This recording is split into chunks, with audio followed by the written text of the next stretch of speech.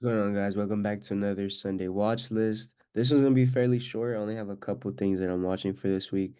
Everything's currently at all-time highs, so you definitely got to be a little bit patient to see if we are gonna push higher or not, right? But these are the setups that I'm watching. We still look very, very strong on the weekly chart.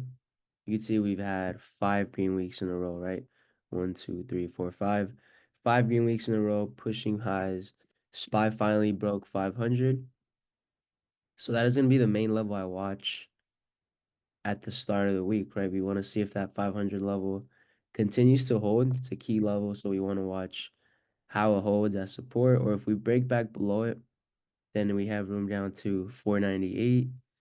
This is a key zone, which was the previous all-time high. If we break back below that, then we got room to 497, and then back to the previous highs at 496. So the risk reward to the downside is obviously a lot better because we have targets to the downside, right? These would be all the targets to the downside. But as of currently, we're still looking very strong. So I will be looking for bounces off of 500.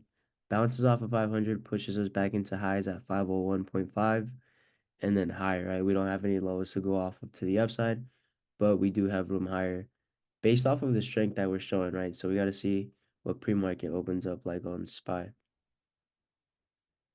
QEQ, fairly simple as well. We're just continuing to make higher lows and higher highs all the way up, right? So, we can even draw another trend line from here to right here. This is going to be the trend line I look for to break for us to get that reversal. Eventually, what I'm essentially looking for is a healthy pullback, right? When we get that pullback and we start breaking this uptrend, we can catch a nice move to the downside, potentially back to this 430, right?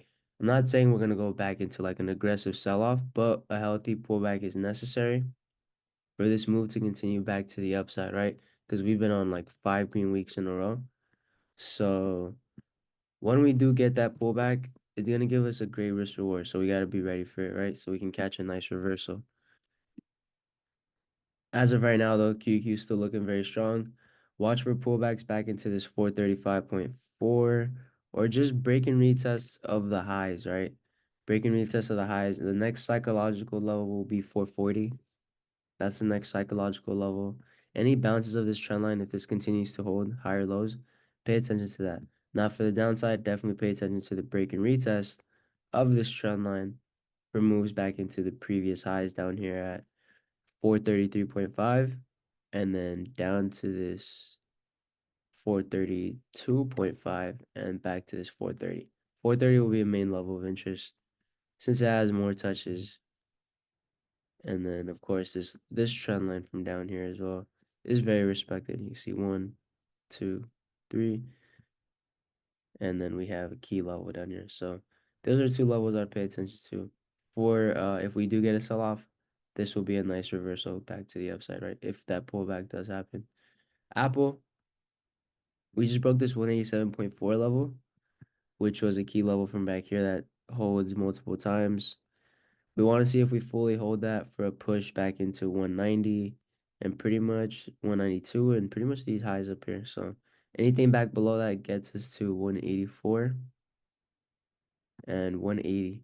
So either or on Apple, we got a couple of trend lines right here we could draw out to from here to here, from there to there. Right next to that zone too. So let's pay attention to that. More so pay attention to this level though. So next one we gotta watch is Amazon. Amazon's definitely showing a lot of strength. I like this one for a quick scalp on Monday.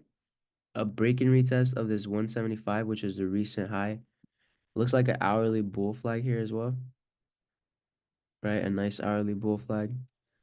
So this was on last week's watch list as well, right? If we were to hold this level, we had room to pretty much these highs from back here. Not all-time highs, but these are some highs that get very well respected from back here. So this is the next target Amazon's coming to 177.3. And this level does get respected as a rejection level multiple times. If we break and hold above that, Amazon has nothing but room to all-time highs. So just watching for a quick scalp out of this bull flag. to get the push into that 177.5 area. It's about a $2 move. It's not bad, right? Microsoft. Microsoft's at high, showing a lot of strength. Don't really have any levels to go off of to the upside. NVIDIA. So this is a setup that I do like. NVIDIA looks great. NVIDIA just broke all-time highs again, right? It just keeps breaking all-time highs. 710 was a previous all-time high that got rejected aggressively, got rejected here, and rejected here. Finally broke above it. We want to wait to see if we get a retest of that 710, right? So any retest of 710, I'll be interested in taking bounces back into the new all-time high, which is around 723. So bounces off 710 gives us room to 723. AMD,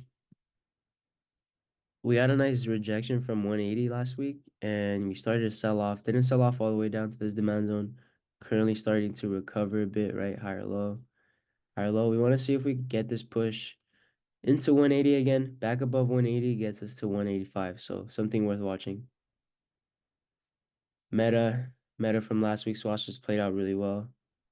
Held that earnings demand zone, made a move up, and continue to watch this 465 level to see if it holds, or right now it's currently just in the range. This has room to either back down to 452 below this level, or back above a hold and break back above this 470, 475 should get us back into 485. So definitely one you got to be patient with. Google from last week's watch list. Google still looks strong, right? This is a nice hourly bull flag. These hourly bull flags give you nice continuation moves. So definitely worth watching. Still has a little bit of the gap to fill into 151. So this could be just a quick scalp into 151, potentially into this 153. And yeah, it's pretty much all-time highs on Google. Looks really, really good. We called this one out down here last week. If you watched last week's Sunday watch list, literally called out this one down here for this whole gap fill. So if you're watching these watch lists and you're executing on the setups that I'm calling out, then congrats to you, right? Next setup is gonna be Tesla. This is a setup that I've been trying to call out for a while now too. It bounced off of this key demand zone from back here, which was 180. Notice how this 180 does give us a huge reversal back to the upside, right? Huge reversal back to the upside. We come back into 180, and we're starting to get that reversal, right? We got a nice gap fill up to 205, and 200 is a key level as well. This one has a lot of room, right? This one has a lot of room. That's why I said to buy leaps on this one. It's a lot safer. You have time. But this is a good setup that I'm definitely interested. For a potential move back, like this one has room, right? This one has a lot of room if this does start to get a reversal. So those are gonna be my favorite setups. Netflix might do something if it gets above that trend line, back into 580s. But other than that, those are gonna be my favorite setups for the week. Definitely gotta have a little bit of patience this week. See if we continue to show strength. So with that being said, I hope you guys have a good trading week. As far as economic data, we have CPI on Tuesday. Definitely got to pay attention to that. And we have PPI on Friday, initial jobless claims Thursday. And these are usually pre-market. So let's see how we react to CPI on Tuesday. That's going to be the big one, as well as PPI on Friday. So yeah, with that being said, hope you guys have a great trading week. Talk to you guys next week.